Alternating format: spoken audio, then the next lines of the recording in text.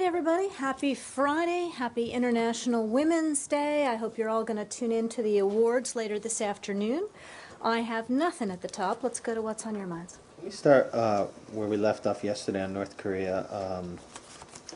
Today, it canceled its non-aggression pact with the South, and just wanted to ask you how much of an escalation you see this to be, and are you concerned about what it's now going to do, considering it has nothing that really holds the peace together anymore?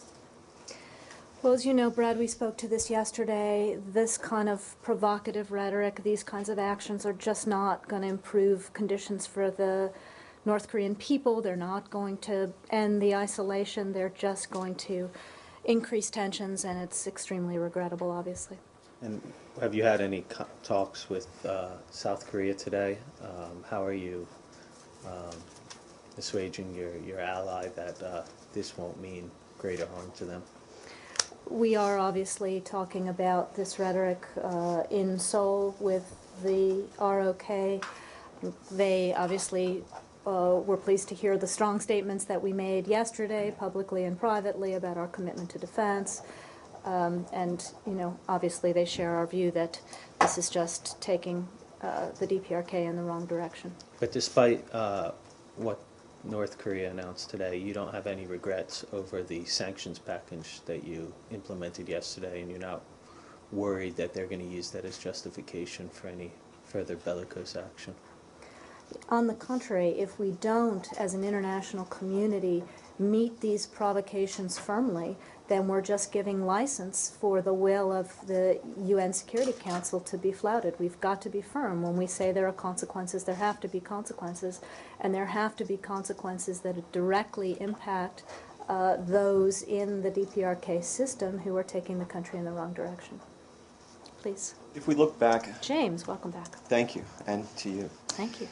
If we look back over the period of the president's first term through the present day, we can see 2 nuclear tests, a number of missile tests, a steady increase in the bellicosity, such things can be measured.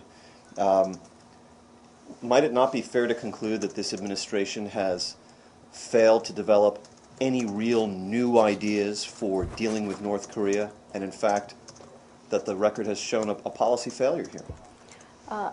On the contrary, we can also see an intensive ratcheting up over the period of these bad choices by the DPRK of international sanctions to an unprecedented level in a unified way, including with the support of China.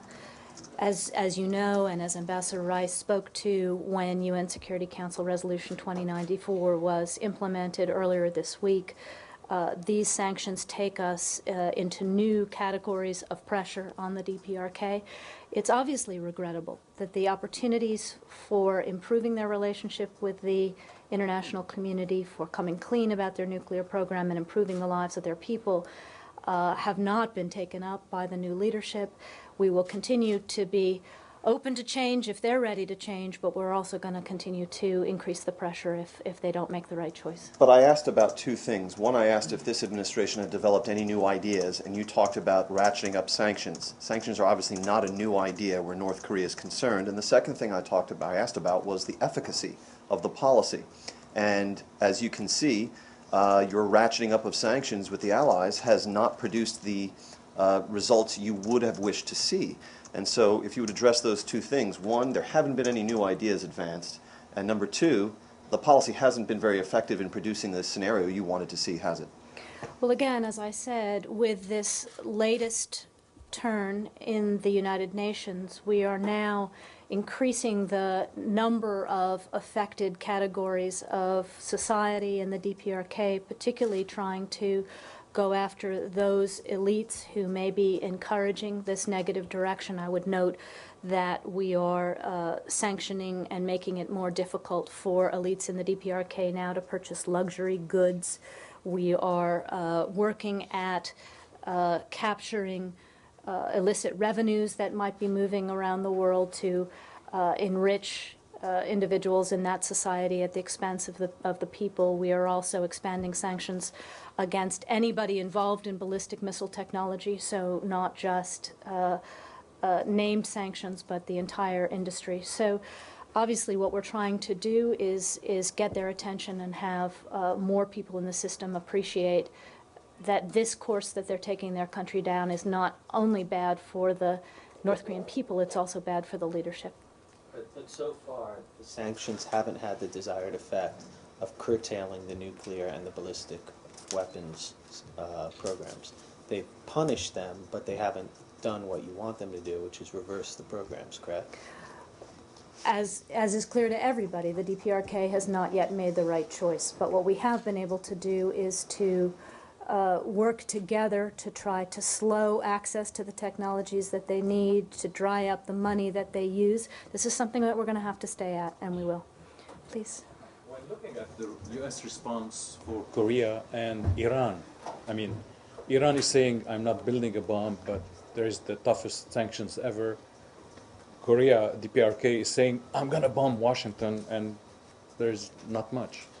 Again, I would reject the premise that we have now twice in the course of 3 months tightened the sanction screws on this regime. We've done it in a unified way. We've done it with all of the six-party countries in unity about it, and we will continue to look at what more we can do if they continue to make the wrong choices. But there are no planes with crews waiting. I mean, it's I'm not going to speak about our contingency planning. Please, please, one please. question regarding Afghanistan about Yeah. the security. No, sorry, still on North Korea. Go ahead.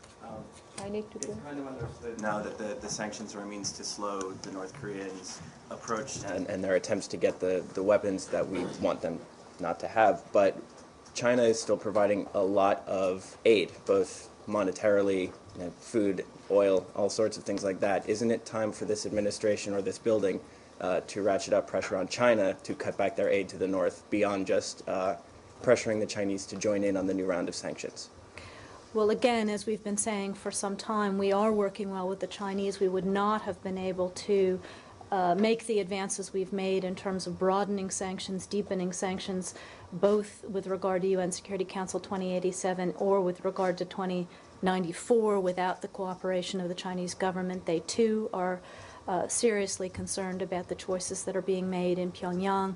They regularly look at their larger relationship. Those are choices that they have to make. I won't speak for them, but obviously we all know that the DPRK is dependent on China for about 70% of their consumer goods, their energy, etc. Some of those things are lifelines for the North Korean people, who are obviously the innocent victims of the bad choices that their regime is making. And a follow-up, if I may, has there been, after this latest turn, has there been any discussion, however hypothetical, I know you don't like that word, but however potential, about the Chinese government just completely cutting off the North? Well, I'm obviously not going to get into our private diplomatic conversations with the Chinese beyond saying that we are quite gratified by the cooperation we've had over the last 3 months, and we share a very deep concern. Please. North Koreans are stepping up their provocations every day. So my question is, if you have any red line against the North Korean nuclear program, because it seems you have one against the Iranian nuclear program. I'm not going to get into telegraphing our policy going forward, except to say that we are obviously working very closely with all of our allies and partners in the region about trying to get the attention of this regime, which is moving in the wrong direction. Samir? Saeed? There's also a belligerent rhetoric, if you want to term it that way, coming from the South. Do you talk to the South Koreans about toning down so they can diffuse tension? There's obviously great concern within the population in South Korea by the bellicosity of the remarks coming from Pyongyang. Obviously, we're working with our allies in Seoul on how we can work together on this problem. But, in light of some of this very harsh rhetoric that we've heard from Pyongyang, it's quite understandable that the South is responding. Please, Michelle. On Egypt, is Samira Ibrahim still in town, and is she getting any help from the State Department? Let me just go back to where we were yesterday and advise that upon further review, the department has decided not to present her with the award. Our understanding is that she plans to return home. I think you know that all of these candidates did come initially on with U.S. support, and we intend to help her to get home. She wrote on her Twitter account that she's under pressure and she needs help from the from Egyptian Foreign Ministry. Do you have any idea about the pressure that she's under? I would refer you to her. When you say that you are not presenting her with the award, yesterday you said you deferred the award, but now is this, you've rescinded the award, is it? We never presented it. We've decided that we will not present it. Ever. For what reasons? Correct. For what reason? What turned up in the review that made you make this decision? I'm not going to get into details beyond saying that we didn't consider some of the public statements that she had made appropriate. They didn't comport with our values. So you did determine that these were indeed her comments, not the product of a malicious hacker. Let me just say that upon review, we have concluded that we will not give her this award. So just follow, when you nominated Samira Ibrahim, did you have other candidates from Egypt? I don't know the answer to that, Saeed. I can look into it. Thanks. Could you tell us at what point her name was put forward and how long the review process is before you go ahead and name somebody as having received the award? I'll get you some backstory on that. Would it be fair to say that this woman wasn't properly vetted by the embassy? We made clear yesterday that there were obviously some problems in our review process, and we're going to do some forensics on how that happened. On Egypt? Yeah. Go ahead. Policemen in Egypt have left their posts and they are demonstrating against the interior minister there. Do you have any reaction to that? Well, we are closely monitoring the security situation in Egypt today. There is unrest taking place in a number of places. We've also seen what you've made reference to, Michelle, with regard to police protests against the government demanding better equipment, better support, etc. We're also in contact with a broad cross-section of Egyptian officials to ensure the safety and security of our mission and our personnel in this context.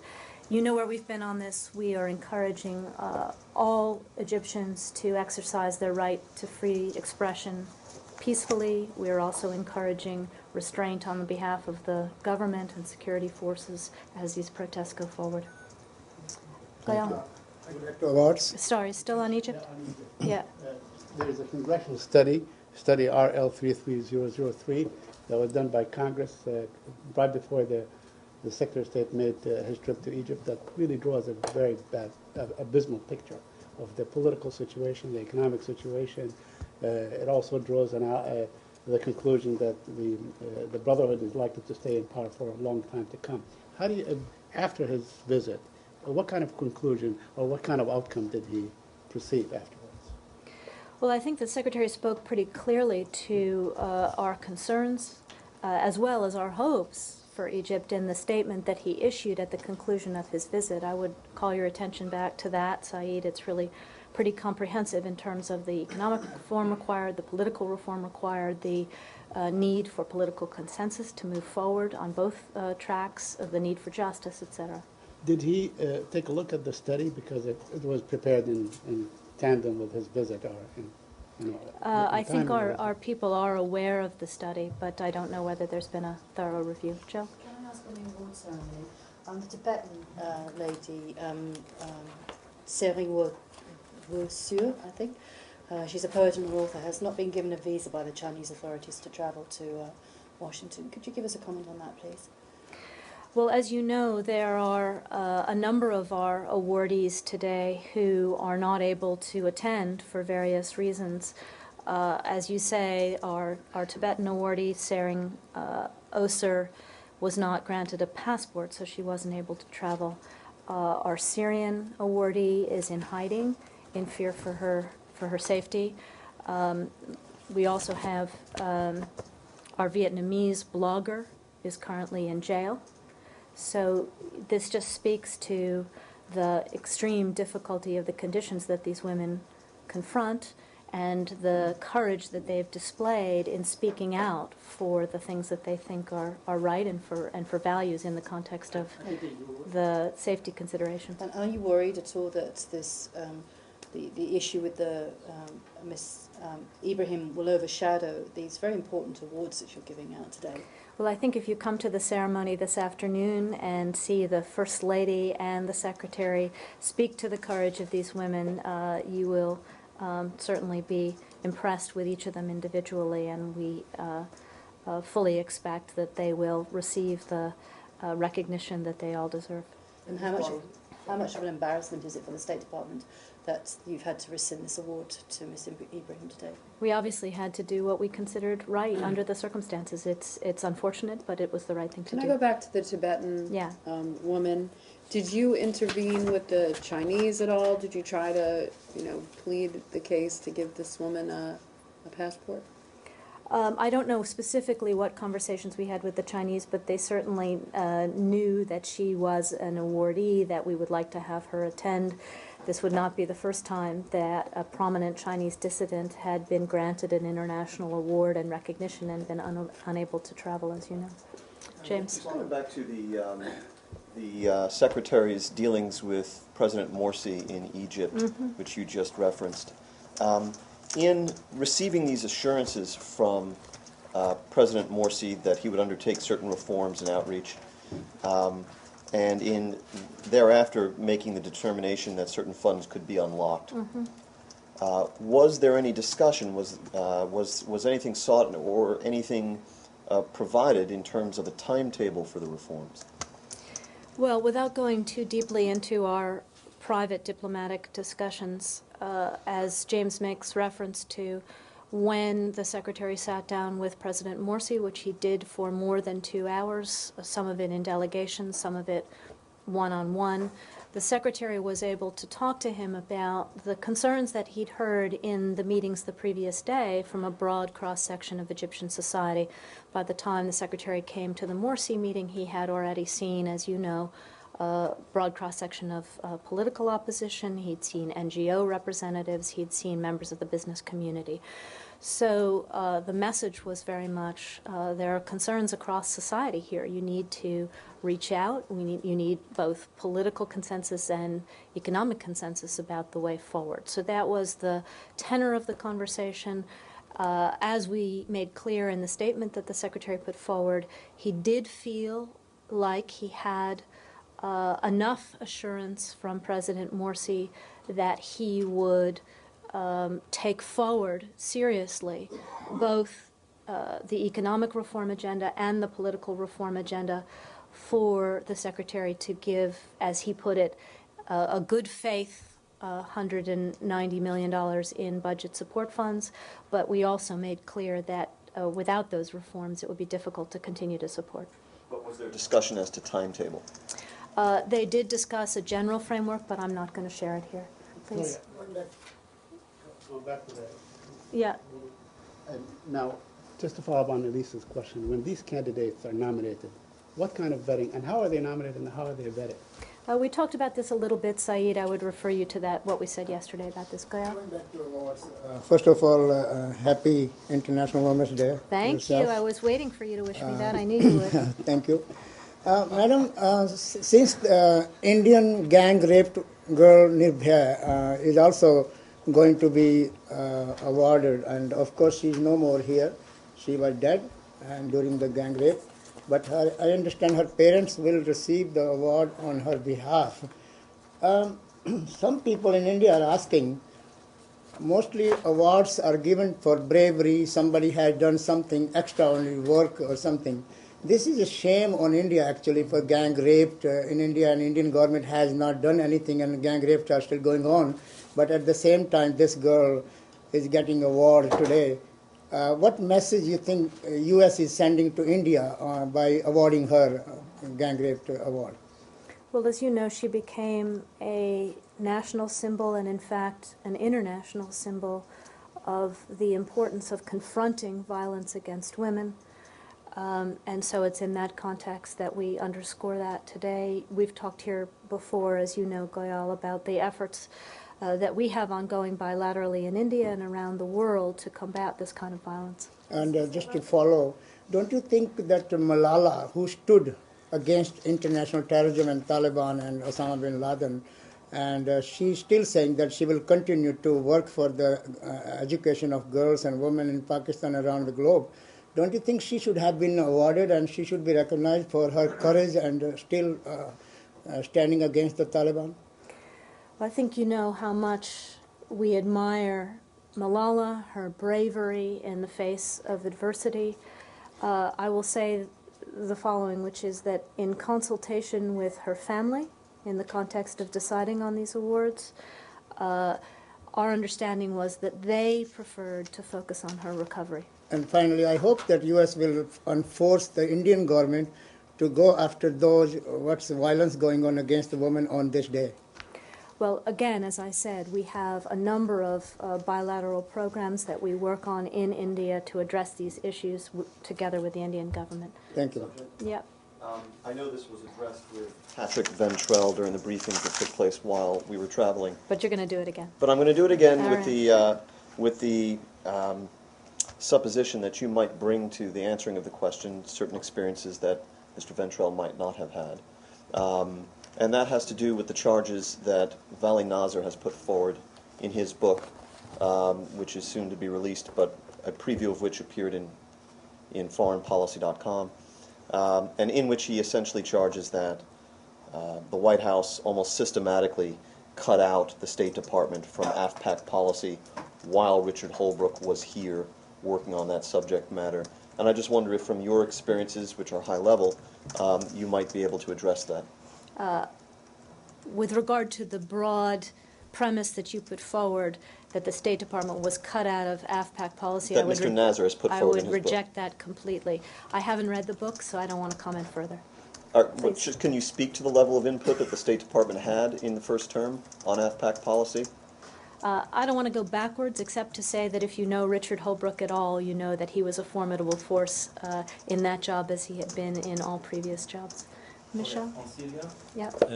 Russian Foreign Minister was asked yesterday if there was any chance of Russia urging President Assad to stand aside. He said, absolutely not. You know that we are not in the regime change game. We are against interference in domestic conflicts. How do you view his statement?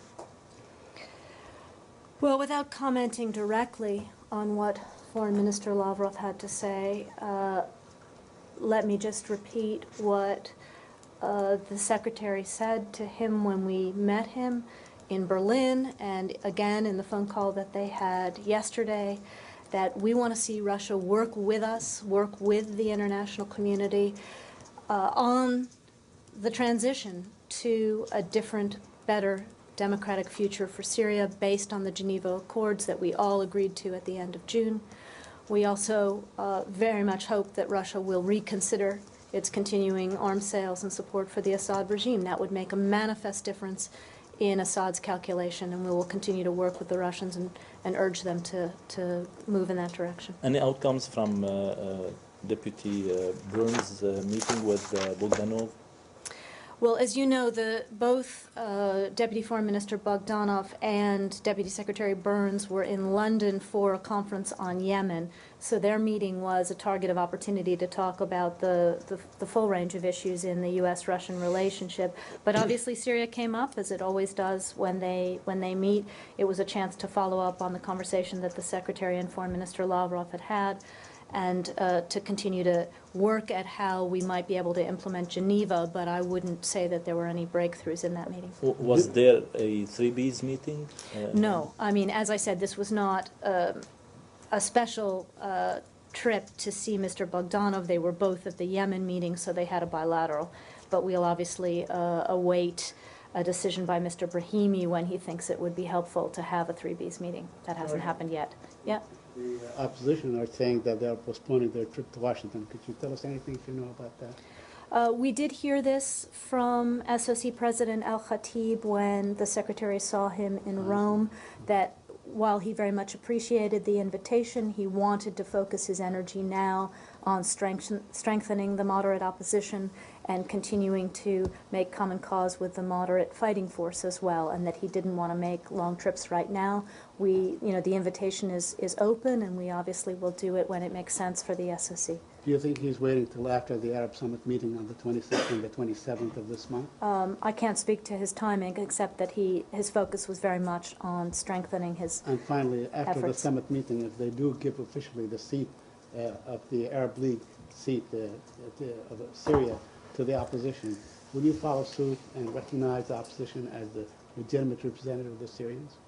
Well, we've already said that we consider the SOC legally, the legitimate we talked representative about of the politically, Syrian but- people. We've also talked about the various legal hurdles and other things with regard to formal recognition as a government, if that's what you're Okay, asking. so that's actually the point, because you did explain very thoroughly in the past that it's a political recognition, but then legally there are some hurdles. How these hurdles will be overcome? There are a number of legal things that come into play here when you go to formal recognition of a government. Some of it has to do with territory controlled, some of it has to do with other factors. We can give you a separate briefing if that's of interest. Samir? Did you comment on the Arab League announcement that they made it legitimate for countries that wish to arm the Syrian opposition to go ahead? I hadn't seen that specifically from the Arab League, but it is very much in keeping with some of the things that the Secretary heard when he had a chance to talk with Gulf countries and with Mr. al-Arabi. As you know, different countries have made different decisions about how to support the opposition. What's important to us is that we all stay coordinated in how we look at that, and that we continue to vet well so that we are supporting the moderate opposition and isolating extremists. And you have no problem with this decision? I think the Secretary spoke to that in his press conference in Qatar, Doha, less than a week ago. Just a follow-up on question for Minister Lavrov. Victoria, after 2 years that this administration saying that the Russians are the key, the quote again is absolutely no chance by the Foreign Minister Lavrov that we will tell Assad to step down. How do you think it's possible to work with the Russians under such a clear message that they are not going to abide by the Geneva Convention that you just made a reference to? The Geneva documents, as you know, call for the naming of people who could participate in a transitional governing structure to be agreed by mutual consent, to have full executive powers. We've made clear that we don't read that to include Assad. The Russians have their own view, but there's nothing that Mr. Lavrov said yesterday that precludes them from encouraging the Assad regime to participate in the naming of individuals to start working on a transitional governing structure. That's what we are encouraging. So unfortunately, we're not there yet, but we're going to continue to make the point to the Russians that if they were willing to put more pressure on the Assad regime, this would obviously go faster. But we also know that the Syrian Foreign Minister Muallem was in Moscow last week, and it's clear that his position is that until 2014 spring elections, Assad is not going to step down, and he is going to stand in the presidential elections, which the Iranians also have this position. So it's kind of clear that they are going to stand till 2014 spring.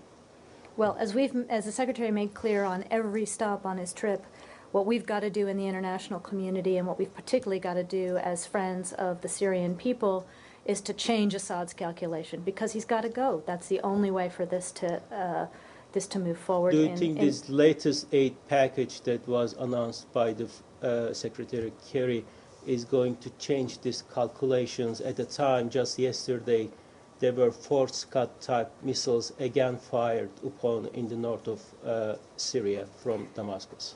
Well, Ilhan, as the Secretary himself made clear, we made our contribution. Other countries within the Friends of Syria who attended the Rome meeting also made contributions, the totality of which we believe do ratchet up the pressure on the Assad regime, and we'll continue to look at what more we can do.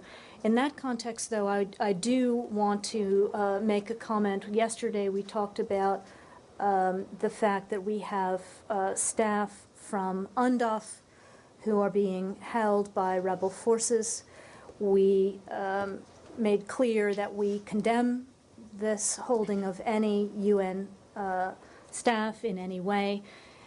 Today, we actually have the situation that is markedly worse, which is that we now have the regime, which is well aware of the UN's position in Jamla, which is starting to actually hinder the retrieving of these peacekeepers by UN forces, by shelling the positions, etc. So we strongly condemn not only the taking of the UNDOF personnel in the first place, but now the regime's endangerment of UN staff, as well as the collective punishment that it's trying to exact against the local population in an attempt to root out the opposition forces that are holding the UNDOF personnel. But when you say that the regime is shelling the area where these peacekeepers are, presumably the United Nations is in contact with the regime that the peacekeepers are there. Is that right? Absolutely. They know very well. So first you had a situation where in a rebel-controlled area they took these UNDOF personnel hostage, which was completely unacceptable, and we've been condemning that for a couple of days. But now on top of that we have the regime shelling this rebel-held position, further endangering the peacekeepers and making it impossible for UN negotiators to get in there and try to resolve it. I don't quite understand. They're shelling the area. Shouldn't that be more of an incentive for the rebels to let them leave the area? Why do then more have to come into this area of active conflict? The UN was trying to send in negotiators to try to secure the release, but it's Right. become too dangerous to do that as a result of regime activity, regime piling on now to a Right. very dangerous But situation. there should be nothing to negotiate. They have Of no course. right to be held, so Of the course. rebels are still at fault because they're holding them. They're continuing to hold them regardless of whether these positions are being bombed. Is I that don't. correct? I don't dispute that at all. Have you talked to the opposition? We have. We've been in contact with the opposition. That this is not good for them, it's not good for their reputation, and that they need to immediately release these people. You don't like it. What's the response? There are varying responses from various opposition leaders, and they are trying to get themselves together. But I mean, also, it seems as if the opposition, and I think Mr. Al-Khatib might be one of the people saying this, that they'll be let go if, in fact, if the Red Cross comes and picks them up and transports some of the wounded out of the area? Again, this was one of the ideas that was put forward, but now with the regime piling on and shelling the area, that's become impossible. Well, but wait a minute. Okay, do you calm think down, that they calm down. Should they be putting conditions on letting these guys go? As we've said, they should never have been taken in the first place by the rebels, but now we have an even more dangerous situation. So some of the wounded are the peacekeepers? Sorry? When they overtook when the terrorists overtook that gas facility in Algeria, and the Algerian army went in to free them. Is there any similarity between the two? Could the Syrians, considering that they are the government, could the Syrians go in and attempt to free them? Well, certainly the Syrian regime, if it had chosen to, could act on the side of trying to facilitate the ending of this situation, but instead they've made it worse. To go back to the Lavrov call, Yeah. forgive me if this was read out and I missed it, but do we know how long the call was and who initiated it? They had agreed that they would speak after the Secretary finished his trip, which was the plan all along. I think they had agreed it would be the day after the trip, which it was. They spoke, I think it was about 20 minutes. There were two subjects, both Syria and adoptions. And can I just ask about the Secretary's interactions with Mr. Lavrov? When we discuss Syria and when we try to change the calculations of the Russians on Syria, as you've made clear many times we're trying to do, has the Secretary ever framed this case in distinctly moral terms to Mr. Lavrov? I think every single American and international interlocutor who speaks to the Russians obviously frames it in moral terms, but we also frame it in strategic terms.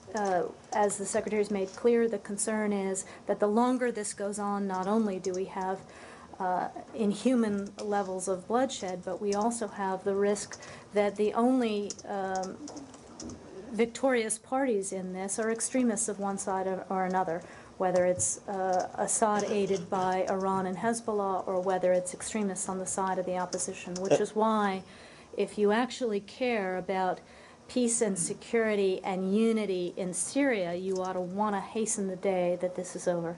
And have you been able to observe that either the moral case or the strategic case proves more persuasive with the Russians?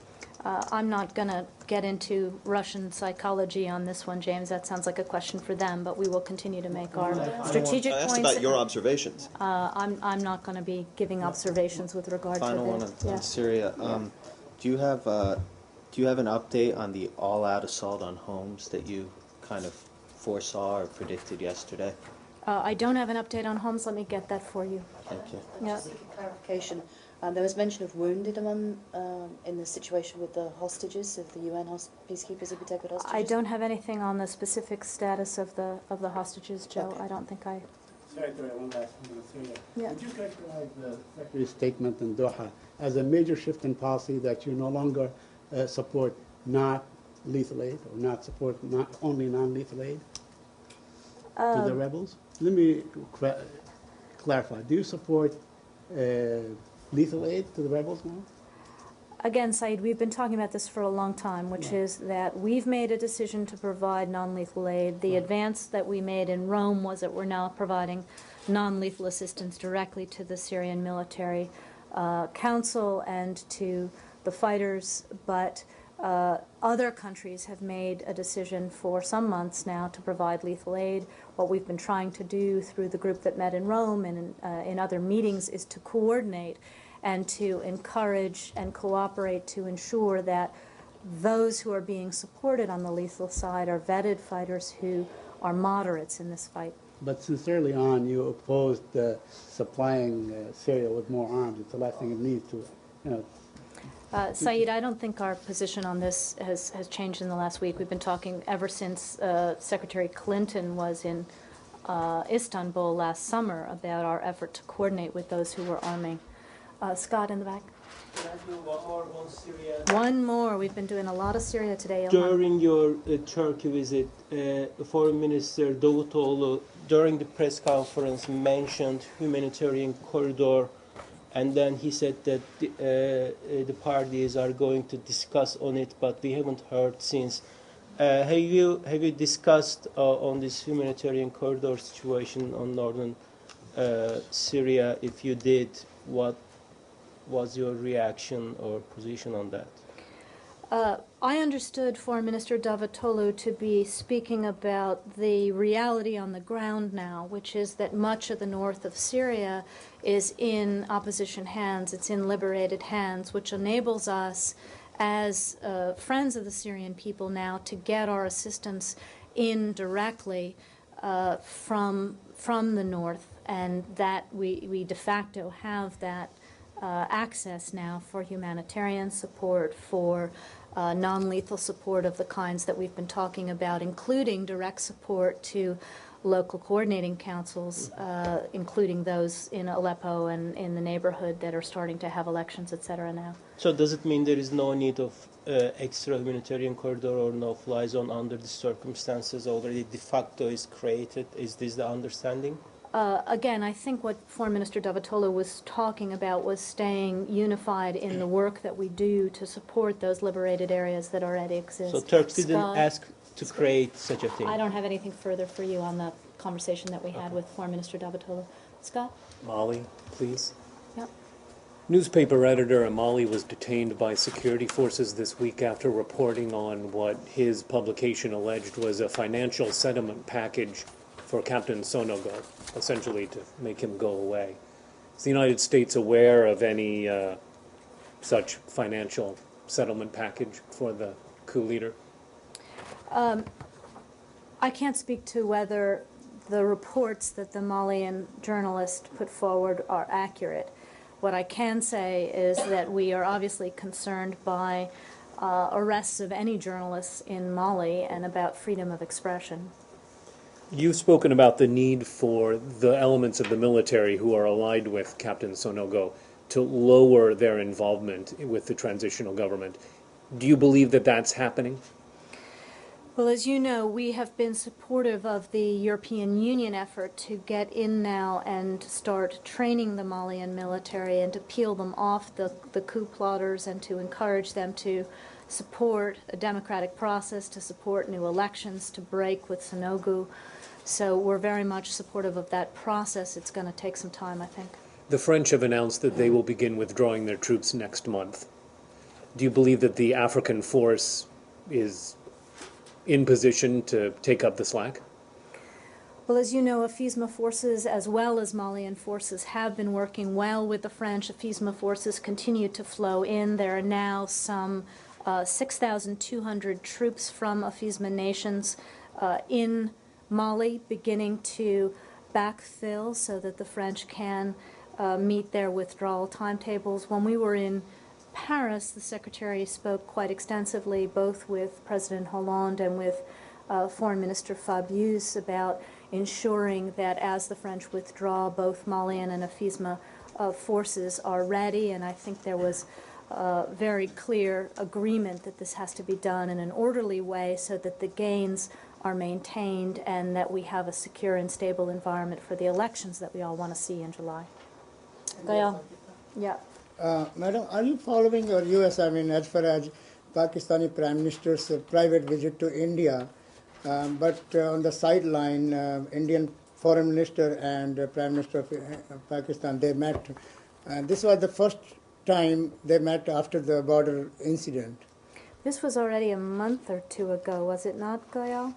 I think. There wasn't a new visit in the last couple of weeks, was there? Just new. They're planning a new visit. Yeah, I mean, I think you know as a general matter that we strongly support these ties and communications and high-level dialogue between India and Pakistan, that the progress that they've made in visa and travel and economic warming. So if there's a new visit coming up, that's a good thing, and we'll get more on that as that happens. But is the U.S. Embassy or ambassador in touch with this private visit on the sideline? We are always encouraging from our at the ambassadorial level in both Delhi and Islamabad increasing warming in that relationship. Please. Thank you. Yeah. I just would like to know if they're having any actual negative impacts on State Department's daily work because of that. Patrick spoke to this extensively last week or the week before. It does impose a across-the-board 5% cut, and we're having to live with that. Please. The Arab Peace Initiative. Mm-hmm. The Arab Peace Initiative calls for total withdrawal from areas occupied in 1967 with total normalization between the Arab countries and Israel. The Palestinians are claiming that Secretary Kerry suggested to caveat the clause to allow for the exchange of parcels of land. Is that true? I'm not getting. I think you're way ahead of all kinds of things, and I don't have anything on that one with you. They made that claim publicly. I am not in a position to confirm that here, and I don't think it's accurate. It's a 60-something-year-old Yeah, conflict. What is he way ahead of? It is inaccurate to say that Secretary Kerry has put forward any concrete proposals, as the Secretary made clear publicly when he was on his visit. He is taking soundings with the parties in preparation for the President's visit, which will be, as you know, in 2 weeks, in which he will also be listening and trying to gauge what might be possible. Who's the other I mean, you say the parties, but he spoke with Abbas, but has he been talking with Israeli officials? He has been in regular touch with Israeli officials, as we've been making clear on the phone. Please. I have one about the Falkland Islands, please. Yes. They've organised a referendum this weekend, Sunday and Monday, which the question is, a simple question, do you want the Falkland Islands to remain sovereign overseas territory, an overseas territory of Britain, sorry. And it's just a yes or no answer. It's been organised at the request of the islanders. They're doing it themselves, and it's fairly clear, I think, which way the results are going to go, which is that it'll probably be overwhelmingly in favour of remaining under an overseas British territory. Is the United States, once the results are known, will the United States review its neutral position on the Falkland Islands? Are you asking me to comment on what we're going to do about the results of a referendum that haven't taken place yet? Yes, but I mean, I mean, no, I'm asking you to review it. Once the results are known, will you review it? I mean, I think we'll let the referendum go forward and then we'll speak to it. do you have a comment about the some of the actions taken by the Argentinians in recent months, which the islanders say has put an economic squeeze on them and is making life quite difficult for them? I don't have anything on this subject at all beyond what Secretary Kerry said very clearly when we were in the UK, which is that we encourage the UK and Argentina to continue to cooperate on practical matters, and we continue to urge a peaceful resolution to the overall issues. Please, Lalit. Just wanted to check with you if you have any update on Iran-Pakistan gas pipeline. It has been announced that the foundation stone for the project would be laid on March 11. I think I spoke to that quite extensively yesterday. I don't think I have anything further since yesterday. Okay, thanks everybody. Happy weekend.